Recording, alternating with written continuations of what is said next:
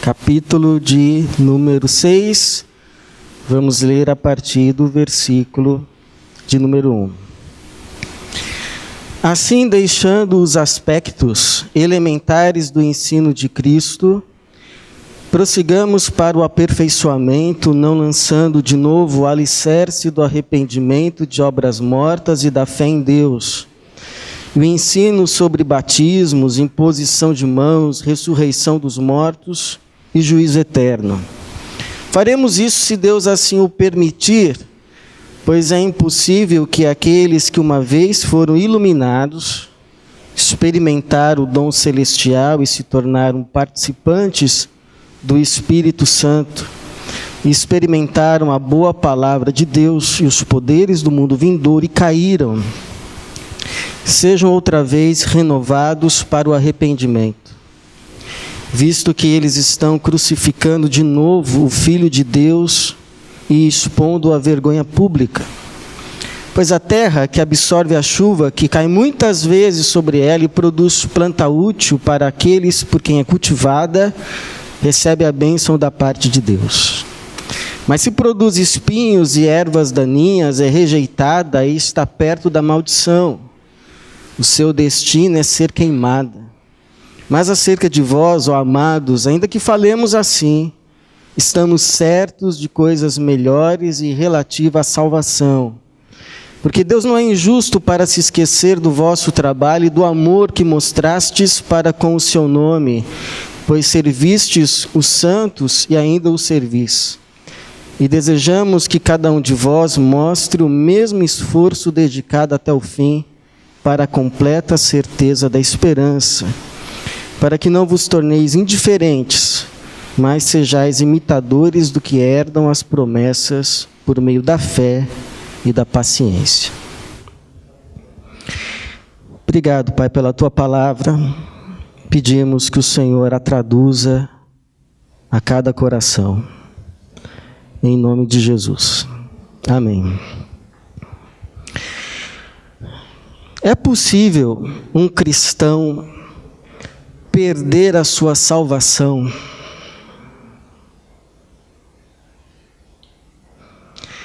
É possível uma pessoa que entregou a sua vida a Jesus e passou a ser salvo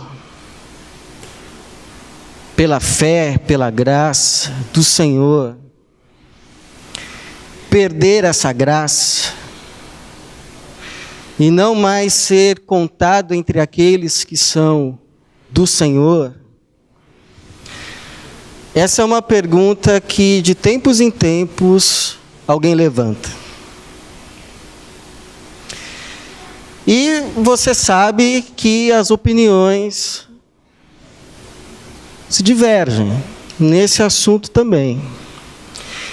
Então há aqueles que creem que você não conquistou a sua salvação, por isso você por conta própria não a pode perder.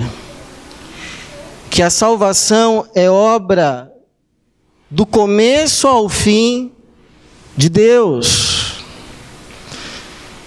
Filipenses capítulo de número 1, versículo 6, o apóstolo Paulo vai dizer assim: aquele que começou a boa obra há de completá-la.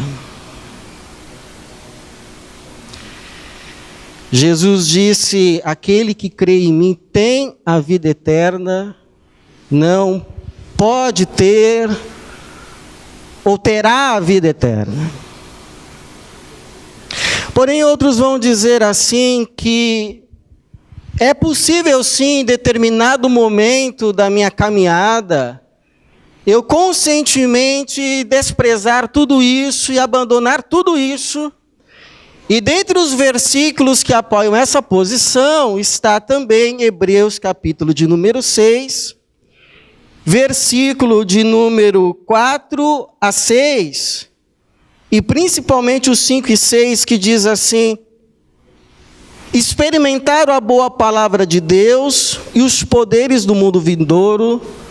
No versículo de número 4, inclusive se diz que experimentaram o dom celestial, foram iluminados, ou seja, entenderam a fé, entenderam Jesus, o que ele fez na cruz, e não apenas entenderam, e essa é a parte mais constrangedora, se tornaram participantes do Espírito Santo. E aí experimentaram os poderes do mundo vindouro, versículo 6, e caíram. E esse caíram é apostatar. Abandonaram a fé. Abandonaram Jesus.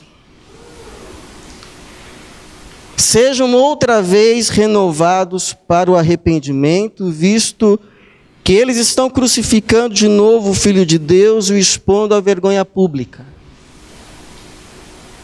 Agora, quem acredita que é possível perder a salvação, e baseia inclusive a sua convicção nesse texto, precisa também atentar para duas coisas.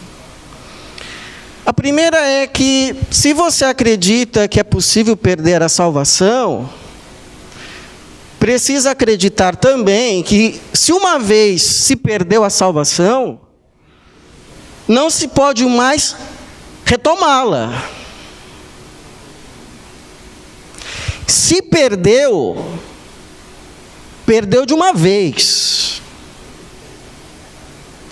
Não tem como assim, eu perdi hoje, não quero mais saber de Deus, não quero mais saber de Jesus, essa é a minha decisão, eu vou seguir outra coisa. Não acredito mais nada de Deus, não acredito mais nada de Jesus, para mim isso aqui é tudo historinha, que alguém um dia escreveu, não tenho mais fé nisso, vou embora. Porque esse cair aqui, que o autor de Hebreus está se referindo, não é qualquer pecado, é o pecado da apostasia, do abandono consciente. Ele vai falar depois também do problema do pecado deliberado, se viver uma vida conscientemente fora da vontade de Deus e mesmo assim permanecer nela. Mas não é disso que ele está falando aqui agora. Não é disso. Ele está falando de alguém que rejeitou tudo. Então, essa pessoa, se um dia rejeitou tudo e perdeu então aquilo que chamamos de salvação, que nada mais é do que a reconciliação com Deus, o Pai de nosso Senhor Jesus, por meio da cruz. Então, se isso é possível,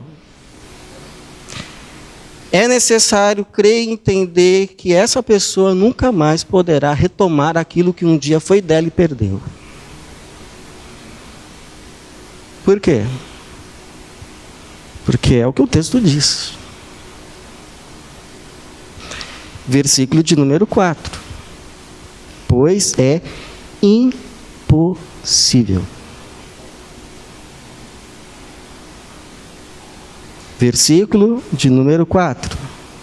Pois é impossível que aqueles que uma vez foram iluminados, experimentaram o dom celestial e se tornaram participantes do Espírito Santo, experimentaram a boa palavra de Deus e os poderes do mundo vindouro e caíram, sejam outra vez renovados para o arrependimento. Interessante, arrependimento.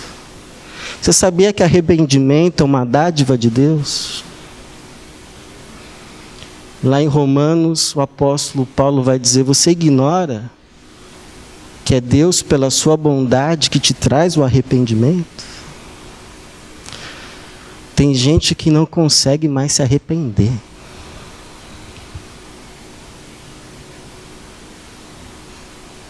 Mesmo que queira. Parece que uma travinha assim vira e não volta mais. Não volta mais.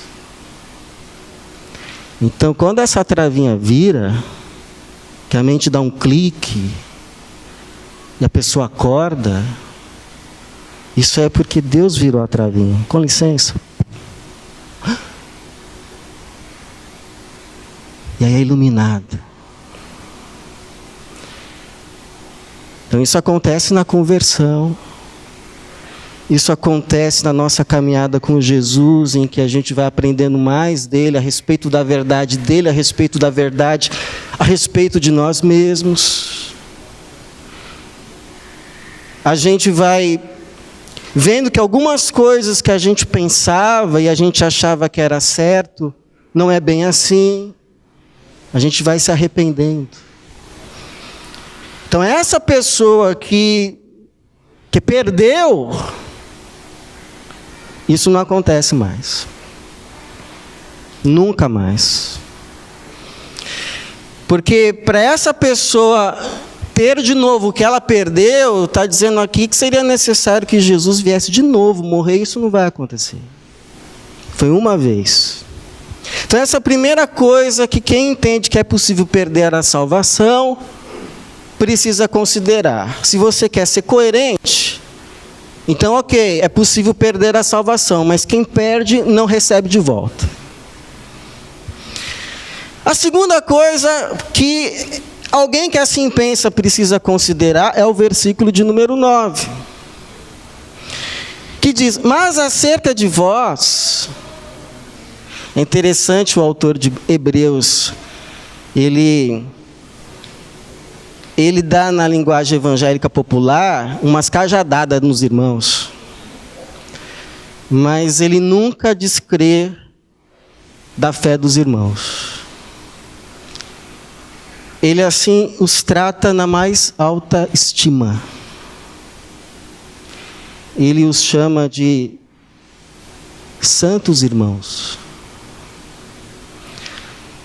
Aqueles que possuem a vocação celestial. E ele vai dizer no versículo de número 9, mas acerca de vós, ó amados, ainda que falemos assim, dessa forma, estamos certos de coisas melhores e relativas à salvação. Então é possível entender que ele esteja dizendo, quanto a vocês, isso eu sei, que não aconteceu. Porque quanto a vocês, eu sei que diz respeito às coisas relativas à salvação. Há quem diga o seguinte, que ou o autor de Hebreus está falando de uma hipótese, caso fosse possível alguém perder a salvação, seria impossível retomá-la, ou ele está dizendo assim,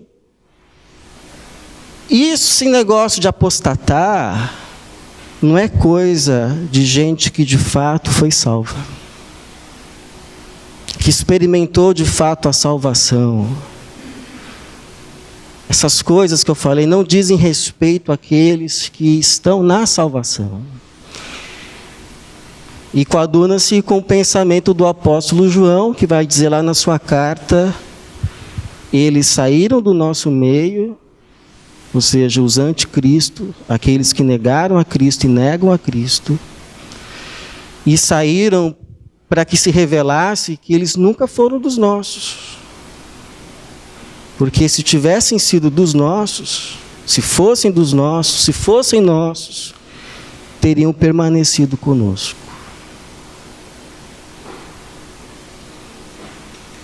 É aquela história de gente que é convencida, mas não é convertida.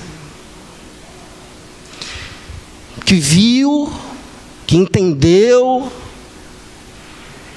que experimentou até mesmo num culto como esse, Deus falou comigo, Ele existe, é real, mas não se entregou. Jesus não foi o seu Senhor. Então, de fato, irmãos, essa é uma coisa que ele está alertando, o perigo da apostasia. As conclusões eu deixo com você, o seu coração e o Espírito Santo, com o pastor Antônio e os demais teólogos. Mas uma segunda questão que ele está colocando, que é tão perigosa quanto a primeira, só que mais sutil, não é o perigo de apostatar da fé, mas o perigo de se desanimar na fé. Então você não apostata da fé, você não abandona a fé, mas você também não está animado com a fé. Você não nega Jesus, mas não está empolgado com Jesus. Está agora naquela turma do tanto faz, tanto fez. Irmão, nós conseguimos alcançar o nosso alvo missionário. Pessoas vão ser alcançadas, vão conhecer Jesus, crianças vão ser cuidadas. Lá na Índia, libertas da prostituição. Ah, que bom. Amém. Irmão, acho que a gente não vai conseguir alcançar esse alvo, não. Ah, que pena. Vamos orar, né? Não está assim. Um dia já foi vivo, mas agora parece morto. Um dia já foi ativo, mas agora se não parou, está capengando. Capengando. Está ainda no meio, mas... Enfim. Olha o que diz o versículo de número 11. Desejamos que cada um de vós mostre o mesmo esforço dedicado até o fim, para a completa certeza da esperança, para que não vos torneis indiferentes. Indiferentes. Tanto faz, tanto fez. E essa palavra indiferentes, não vos torneis indiferentes, pode ser traduzida também, não vos torneis vagarosos, não vos torneis lerdos, ou não vos torneis preguiçosos. Preguiçosos. Preguiçosos. E aí você diz assim para mim, pastor, e quais seriam as razões para eu me desacomodar? Para eu me reativar? Para eu acordar?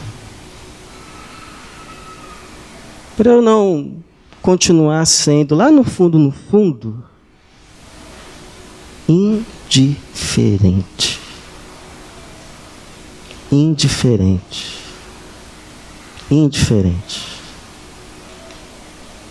Estou indiferente. Indiferente. Quais são as razões? Bom, uma que eu vejo aqui é que Deus continua derramando sobre você o seu bem. Todo dia.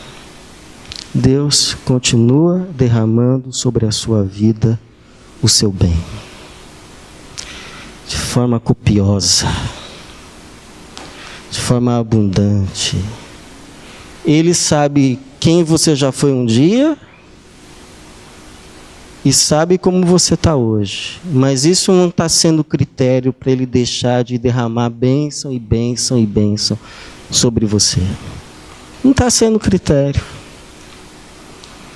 Nunca foi, não é e nunca vai ser. Ele abençoa até quem não acredita nele. Tem gente que come todo dia, acha que está comendo porque trabalhou, porque estudou. Nem para pensar que se parar de chover, não tem comida.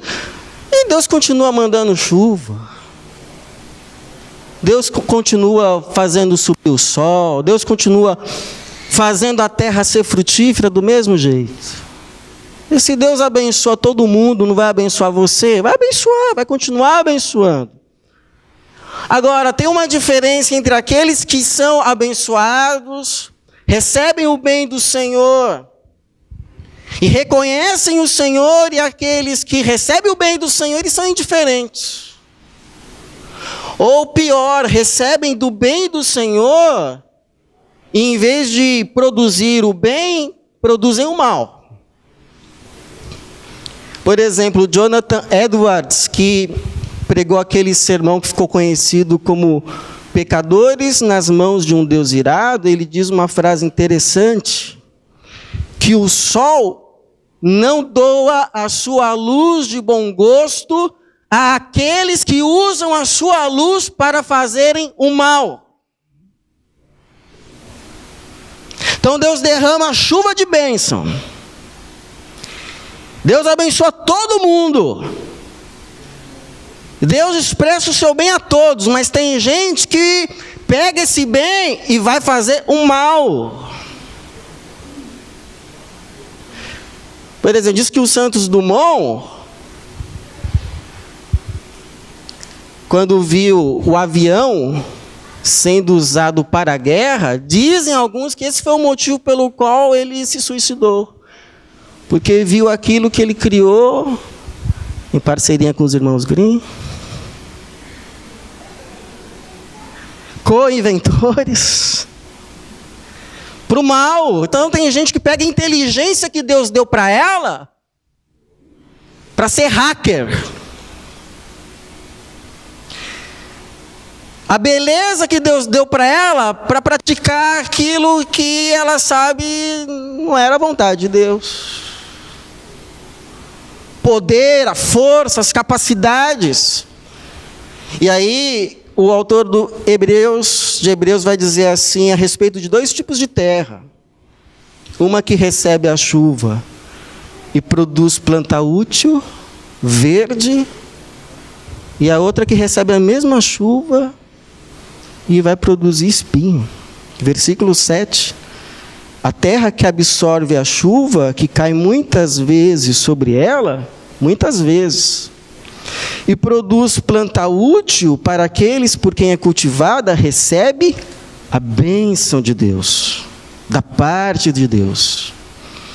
Mas se produz espinhos e ervas daninhas, é rejeitada e está perto da maldição. O seu destino é ser queimada. Então é a lógica que Deus colocou aqui na vida. Se a gente recebe tanto bem, o natural é produzir o bem. E por quê? Porque ele tem esse desejo. Primeiro, para que a gente seja capacitado a cumprir a nossa vocação de salgar a terra, de ser luz do mundo, de abençoar as nações, de embelezar o mundo, porque se Deus não primeiro tivesse nos dado, nós não teríamos nada para dar. Se Deus primeiro não nos abençoa, não temos como abençoar. Se Deus primeiro não nos faz o bem, não temos como fazer o bem. A gente só pode dar daquilo que primeiro recebeu de Deus. Então por que Ele dá? Para que nos capacite a darmos. A fazermos. Cumprirmos a nossa vocação de filhos e filhas de Deus que Ele plantou nessa terra como carvalhos de justiça. Então, eu tive um professor que ele contou uma viagem que ele fez à Holanda, e aí assim andando, ele viu que os estábulos das vacas eram decorados com vasinhos, com plantas, e ele achou aquilo estábulo de vaca, decorado com plantinha, pintadinho. E aí ele vira para o colega que morava ali e diz assim: nossa, aqui a gente nem precisa ir longe para ver coisa bonita. Estábulo da vaca, uma beleza. E o amigo disse assim para ele: sabe o que é isso? Isso é teologia protestante. a ideia de que nós estamos aqui no mundo com a missão de embelezar o mundo. Ser bênção para o mundo. Deixar cada lugar que a gente entrar melhor. Entrar lá naquela caixa de supermercado que Deus te deixou trabalhando para deixar aquele caixa melhor. Aquela casa, aquele condomínio, aquele prédio que você entrou agora, melhor. Não é assim que a gente vê a história dos homens de Deus? Deus os colocava e o lugar ficava melhor. Não é assim? E segundo, não é porque assim Deus fala, não, deixa eu dar aqui o bem para ele ficar obrigado a fazer o bem. Não, não é isso. É que Deus sabe que você tem uma coisa que é dele, que ele partilha com você e que faz de você também imagem e semelhança dele, que é o prazer na realização daquilo que é bom. Nós compartilhamos isso com Deus. Você lembra que quando Deus terminou a criação, diz que Deus olhou tudo e viu que era muito bom? Então Deus nos colocou esse mesmo desejo.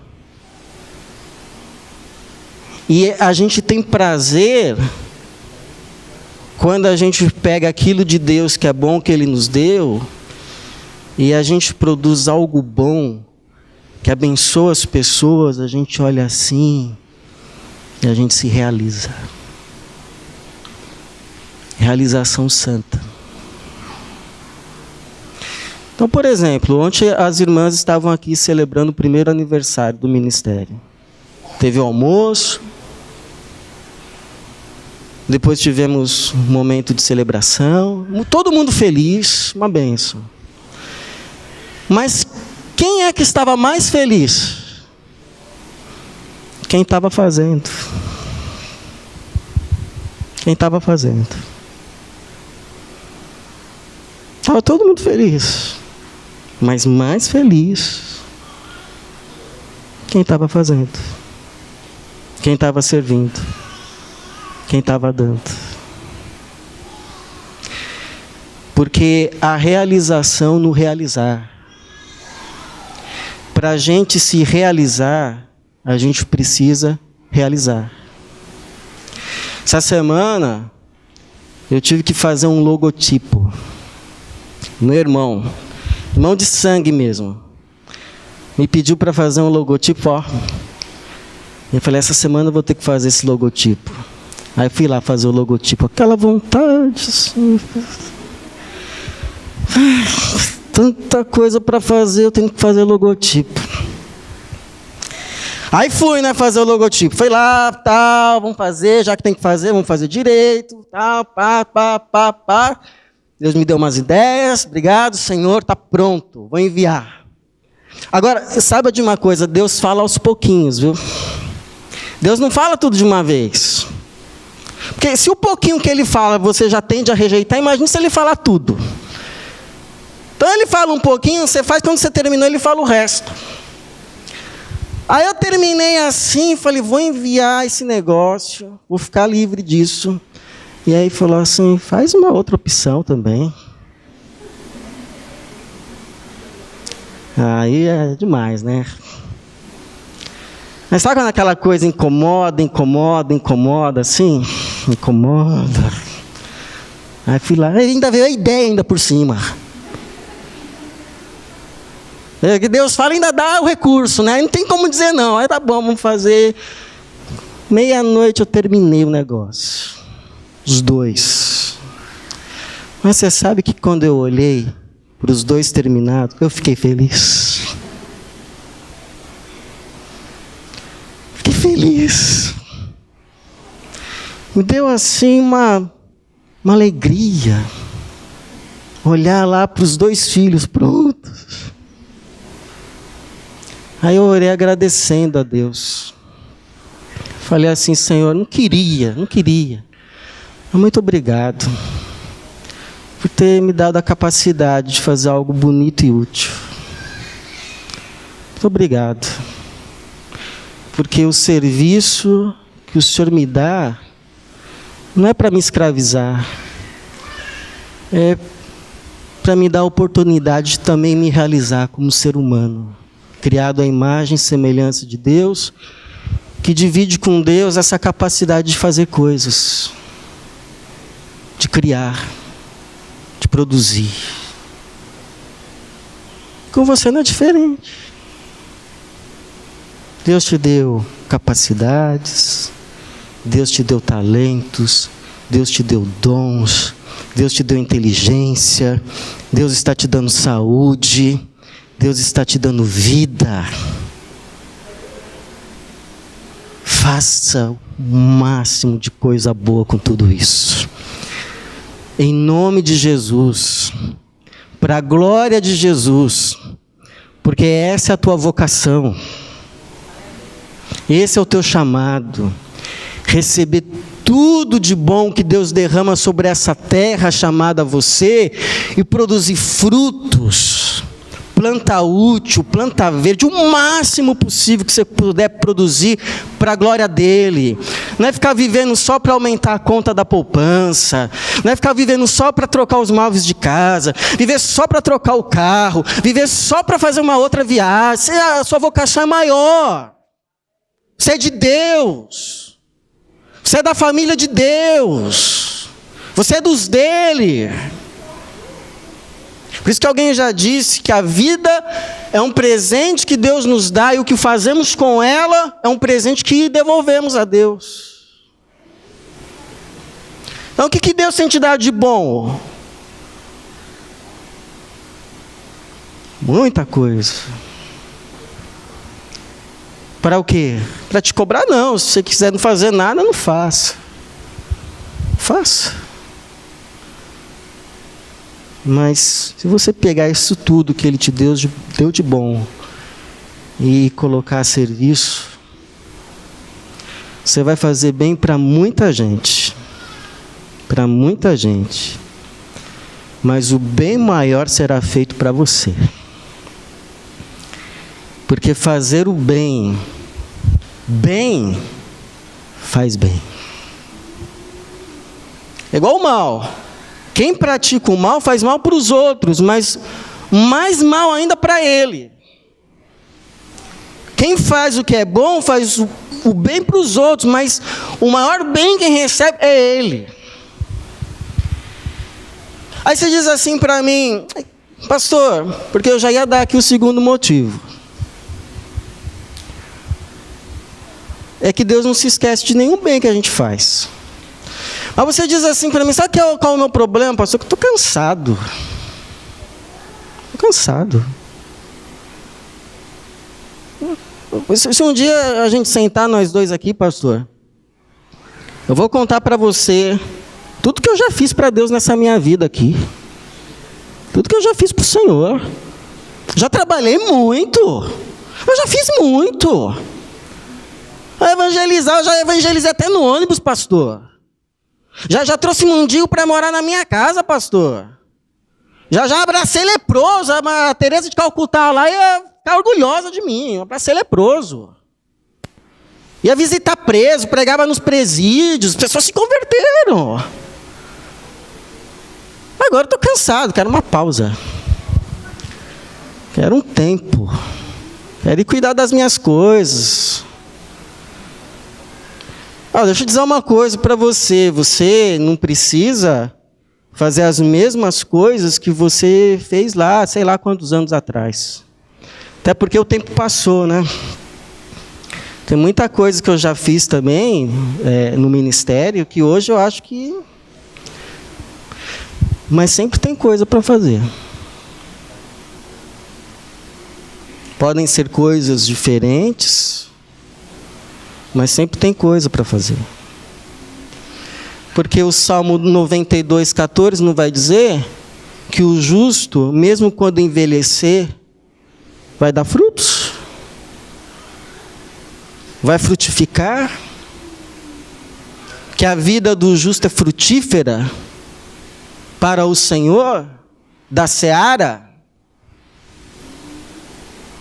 Ou então você vai dizer assim: pastor, eu vou ser bem honesto. A verdade é que eu não quero. Não quero. Sou sincero, não quero. Tem outros interesses agora. Outros interesses. Dizer assim, nem interesses, outras necessidades. E deixa eu te falar uma coisa, no reino de Deus, a gente tem, claro, deveres, mas ninguém é chamado para fazer nada obrigado. Nada obrigado. Jesus veio nos libertar, nos fazer livres. Mas por outro lado também é verdade que quem vive só para fazer o que quer, vira um diabo. Quem vive só para fazer o que quer, tem potencial para se tornar um diabo. Ou então você diz assim: sabe o que é, pastor? Eu me frustrei. As pessoas são muito ingratas. As pessoas não reconhecem. A gente faz as coisas, a gente se dedica, e além de tudo, a gente só ouve crítica. As pessoas, elas minimizam tudo que a gente faz de bom e ressalta o que a gente erra, os nossos erros, os nossos defeitos. Eu cansei, não aguento mais. Já que não dá para dizer que pendurei a Bíblia, pendurei a chuteira. Pendurei. Tem muita gente magoadinha, muita gente feridinha, porque o irmão, porque a irmã. Tá bom. Vamos passar o óleo de Gileade na ferida. Vamos passar o óleo, vamos orar, enfaixar, cuidar. Amém, vamos fazer tudo isso. Mas eu só queria te lembrar uma coisa. Em última instância, o que a gente faz para alguém, em última instância a gente está fazendo é para o Senhor. E essa é a razão do nosso serviço. Essa é a razão do nosso engajamento. Essa é a razão da nossa entrega. É o Senhor e para o Senhor. Pedro, tu me amas? Amo, Senhor. Então, cuida dos meus cordeirinhos. Não, eu falei que eu amo o Senhor. Então, cuida dos meus cordeirinhos. Porque olha só o que o autor de Hebreus vai dizer assim, versículo 10. Porque Deus não é injusto para se esquecer do vosso trabalho e do amor que mostrastes para quem? Para com o seu nome. Pois servistes quem? Os santos. E ainda os servis. Interessante. Quando sirvo os irmãos, quando sirvo as irmãs, estou servindo a Deus. E demonstrando o meu amor por Deus. E Deus, ainda que ninguém veja, ainda que ninguém fale nada, ainda que alguém pise naquilo, no serviço prestado, Deus não se esquece. Deus não se esquece. Se o reconhecimento não veio das pessoas, ele vem e virá de Deus. É ao Senhor a quem servis. É ao Senhor a quem servis. Então os olhos têm que estar fitos no Senhor. Por que continuo? Porque é para o Senhor. Por que faço? Porque é para o Senhor. Por que persevero? Porque é para a glória do meu Senhor. É para Ele que eu vivo. Ele é a razão da minha vida. Ele é o meu alvo. Independente para onde os ventos soprem. Independente se vem pedrada, se vem cruz. Não é essa a questão. A questão não é se um dia me salda, a hora vem, hosana ao que vem em nome do Senhor. É um enviado do Senhor, é um homem de Deus. E se no outro dia estão dizendo, crucifica, crucifica, crucifica. Que é assim, as pessoas são assim. As pessoas são assim. As pessoas, e inclui eu e você também, a gente tem uma grande capacidade de esquecer as coisas boas que alguém fez. Uma grande capacidade. De ressaltar o pontinho sujo no lençol branco. A gente é mestre em fazer isso. E a gente não consegue esquecer. Impressionante. É o que marca. Agora Deus já é o contrário. Deus já é o contrário. Deus se esquece de tudo que é mal que a gente conseguiu praticar nessa vida, por meio do sangue de Jesus nos lava, mediante arrependimento. Diz que por amor do nome dele, que a gente cansou ele com os nossos pecados. Cansamos Deus, demos trabalho para ele. Diz que por amor a ele mesmo, ele se esqueceu de tudo. Resolveu esquecer. Resolveu esquecer. A Bíblia diz essa verdade maravilhosa, que Deus se esquece dos nossos pecados. Ele se esquece das coisas ruins que a gente fez, mas não esquece das coisas boas que no nome de Jesus por nós foram feitas. Louvado seja o nome do Senhor. Então não é, eu amo Jesus. Eu amo o Senhor. É por isso que eu vou viver para a glória do Senhor. Dependente de aplauso, dependente de qualquer coisa. Deixa eu te fazer uma pergunta. Se um dia Deus chegasse assim para você, falasse assim, fulano, eu tenho visto que você vive aí de mau humor. Você está se tornando uma pessoa amargurada, uma pessoa crítica com tudo e com todos. Deixa eu fazer uma pergunta para você. Você se sente injustiçado, injustiçada? Deixa eu fazer uma pergunta para você. Você quer o seu reconhecimento agora ou depois? Você quer o reconhecimento aqui na terra das pessoas, dos homens, das mulheres?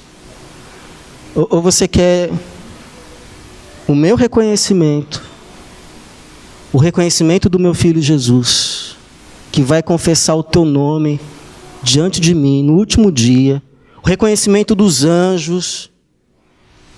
Afinal, o que você quer? Qual dos dois você quer? Se eu fosse você, eu responderia, os dois. Quero os dois. Que é bom. É bom a gente ser reconhecido. Faz bem para a alma. Aumenta a estima. economiza para quem faz terapia. É bom. Quem diz que é ruim? Aliás, até a Bíblia fala, honra quem honra. Honra quem honra. Honrou, que seja honrado. Não honrou? Honrou. Então, merece honra. Agora, Senhor, se tiver que escolher, se não dá para ter os dois, se só é um ou outro, então eu quero o do Senhor. Eu quero o do Senhor. Eu não troco o reconhecimento do Senhor pelo reconhecimento nem de mim mesmo. Quero o reconhecimento do Senhor. Porque por melhor que seja o reconhecimento do esposo, da esposa, dos filhos, dos pais, dos irmãos, de qualquer outra pessoa, todo reconhecimento humano é relativo. Com quais critérios nos julgam? Todo reconhecimento humano é efêmero. Agora, o reconhecimento de Deus é certo, é justo, é verdadeiro e é eterno, para sempre, e não mudará. É isso que ele vai terminar de dizer. Confia na promessa, porque Deus não mudou, não muda e não mudará. Não mudará. Deus não mudará. Ele não se esqueceu do trabalho que você fez. E isso não mudará. Não mudará. Para mim isso já é motivo para continuar. Então me veio assim, sabe? Me veio a lembrança do John Wesley. Você sabe que o John Wesley, ele foi um pastor que não tinha lá os seus 30 e poucos anos, foi servir como pastor e missionário na Geórgia, Estados Unidos, na época que estava lá a colonização. Então ele foi servir como um pastor de uma igreja de colonos ingleses, e com a intenção também de alcançar os índios. E diz a sua biografia que ele volta frustrado. Frustrado. E ainda duvidando da sua salvação, porque no caminho lá, acho que da ida, teve uma tempestade, e ele ficou morrendo de medo de morrer. Enquanto via alguns irmãos chamados moráveis cantando louvores a Deus. Então voltou duvidando. Aí diz que não sabia mais o que ia fazer da vida, frustrado de tudo, desanimado, não sabia nem mais quem era ele. Aí um dia foi numa reunião de oração, no meio de uma semana, e lá por certa hora, alguém lendo o prefácio de um comentário de Lutero à carta de Romanos, ele disse que o coração dele se aqueceu, que lhe veio a certeza que todos os seus pecados tinham sido perdoados por Deus, e que ele só confiava agora para a sua salvação em Jesus. E aí ele se levantou. E a história foi outra. Diz que quando os operários das fábricas terminavam de ouvir uma pregação do John Wesley, em frente à fábrica mesmo, porque o John Wesley disse que a paróquia dele era o mundo, ia pregar na entrada e na saída dos homens das fábricas. Diz que quando esses homens iam ouvi-lo, iam com o rosto sujo de fuligem, mas quando terminava, os rostos estavam limpos, lavados pelas lágrimas. Deus usou. A minha oração, irmãos, é essa. Que Deus faça alguma coisa com você. Deus faça alguma coisa comigo. E pode ser a coisa mais simples. Que alguém um dia nos dê um comentário bíblico.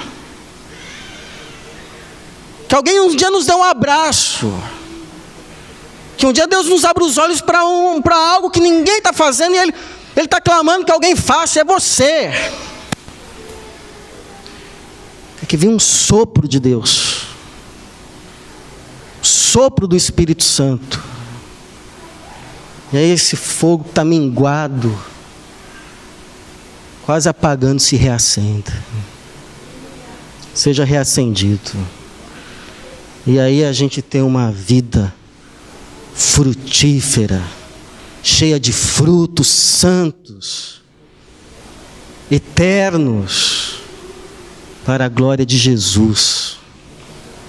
Porque Jesus disse isso: nisso o meu Pai é glorificado, em vocês darem muito fruto, para a glória de Deus. Amém. Amém.